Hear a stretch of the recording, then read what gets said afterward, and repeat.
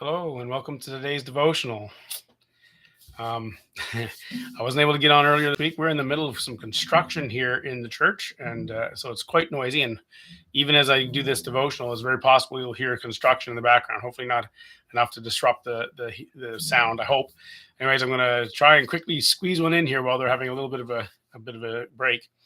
Today we're in Proverbs chapter 8, verse 12, working our way through the eighth chapter of Proverbs, where wisdom is calling to us and encouraging us to come to her so that she can teach us. Of course, it's a personification of wisdom for the sake of the lesson, but that's the idea. So when we get to verse 12, she's still speaking to us, and one of the things she says, "I, wisdom, dwell with prudence, and I find knowledge and discretion." So that statement, "I, wisdom, I dwell with prudence, and I find knowledge and discretion." That idea of prudence and discretion is the key of what we're going to talk about today.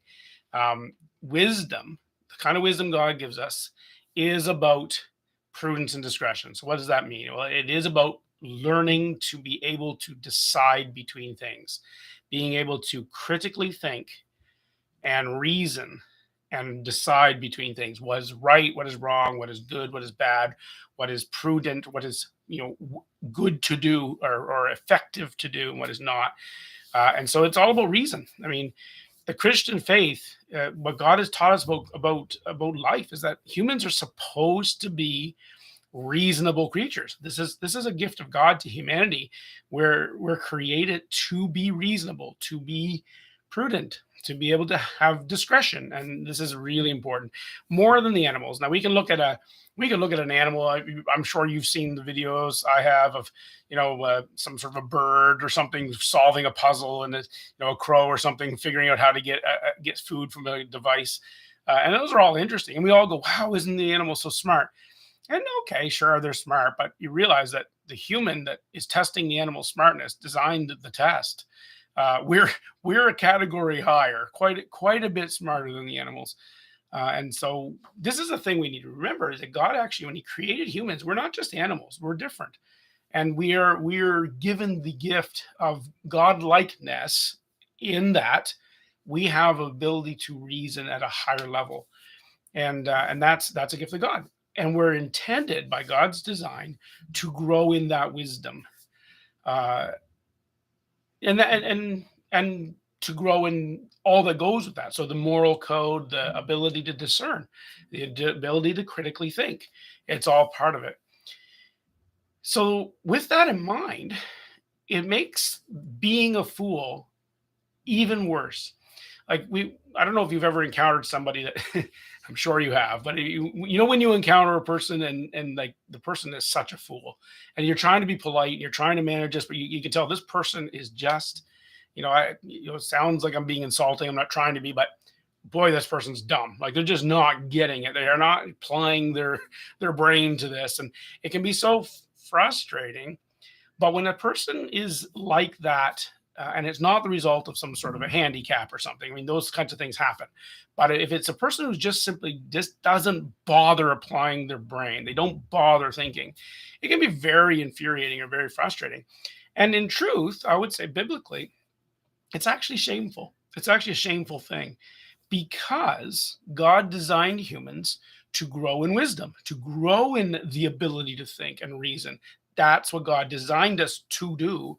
And to decide not to, or to put no effort into becoming wiser, you degrade your human state. You degrade the human condition of the world. And so a fool, in that sense, it's a very shameful thing, very shameful in the eyes of God.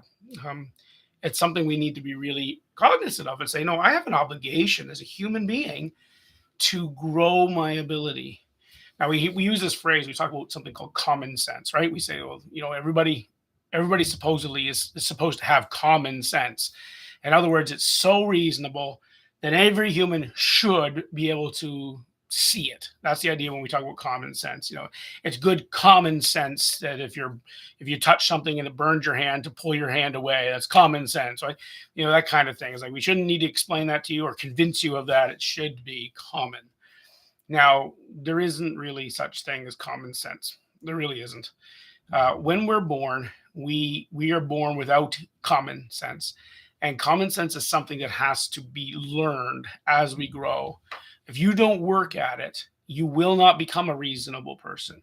It's not automatic. It just doesn't come with, with all the other attributes that you gain when you're born. You don't just automatically have wisdom. You have to gain wisdom. You have to gain what we would call common sense.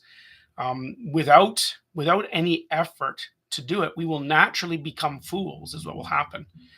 But there's one thing to have ignorance, but as we grow older and should have wisdom, and you don't, well, then you're a fool, and we will naturally become fools unless we pursue and learn wisdom, which includes pursuing and learning rational thought and critical thinking, being reasonable. When you're little, you're driven by your instincts, you're driven by your emotions and your physical comforts, and you just simply feed those things, and you just do whatever makes sense to make the bad feelings go away and make the good feelings come. And that's what a child does. But as we grow older, that common instinct has to be surpassed with common sense. Well, with what we will call common sense, if you grow into it. Otherwise, you stay in the other place. Now, I say all that because the verse is talking about this. That wisdom is making the point that if you're going to be wise, well, she dwells with prudence. She is fully connected to critical thinking, to discernment and knowledge. And so that's a requirement. You cannot become wise unless you do that. You will be a fool if you don't do that. And so that for the last part of my devotional day, I want to kind of talk about a common trend in the modern cultural revolutions of our day, which are literally teaching that we need to abandon reason. I find that really, really weird, but there is this sense. Some people will say that using reason to figure things out is some sort of colonialism or racism or something, and they'll say it's just a way of somebody's trying to oppress you or whatever. And so there's this encouragement to say that we just need to abandon reason, just follow the narrative or follow the instincts or follow whatever. And boy, is that ever dangerous. Like that's what a fool is, according to the scripture. That will be a person that's a fool. If you abandon reason, abandon discretion, abandon prudence, then you're not dwelling with wisdom. You're not there.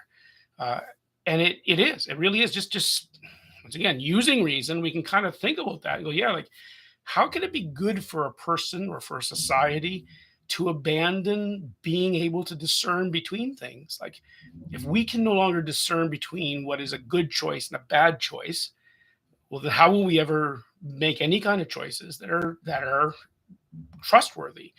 It just sort of sensible, but yet there's this tendency to teach people, young people today, to just follow your emotion, follow your comfort zones, follow the crowd, don't think. And if anybody tells you and uses reason against you, then they're your enemy. That's terrible. What a way to imprison people. I mean, who does something like that? Who teaches people to abandon something like that? It'd be like telling somebody as they grow older, don't open your eyes. Keep your eyes closed. Anybody who tells you you should open your eyes, they're just trying to harm you. They're oppressing you in some ways. Keep your eyes closed and live life as a blind person. Who would do something like that? Well, a fool might do something like that. They might teach people that because they're a fool. But otherwise, why would somebody do that? Well, someone who wants to destroy you, I suppose, wants to cause harm to you. Or someone who wants to rule over you. I mean, that could be it too. They might convince you to abandon the powerful tool of reason because then you're weak, right? There's a saying, I don't know who said it, but I remember hearing it once. In the land of one-eyed people, or no, in the land of blind people, the one-eyed man is king. I think that's how it goes. And the idea is if nobody can see, then the guy who has at least one eye, he's more powerful than everyone else, and he'll be the king. And I guess you can almost adapt that saying and saying, in the land of fools, even the simplest wise man is king. And if our society is teaching us to abandon reason and prudence and discretion, abandon wisdom, then the person who has a little bit of that is going to stand out and perhaps rule over the rest.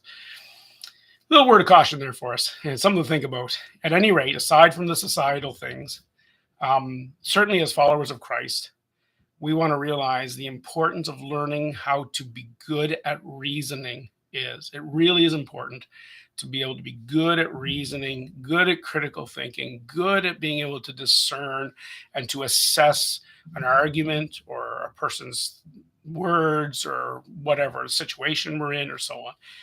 And so it's obviously I would say, very, very important. And certainly biblically, it's required if you're going to be a wise person. Anyway, God bless you. Have a good day. Not knowing how the renovations will be here tomorrow, but hopefully I'll get on tomorrow and we'll do verse 13. In the meantime, take care.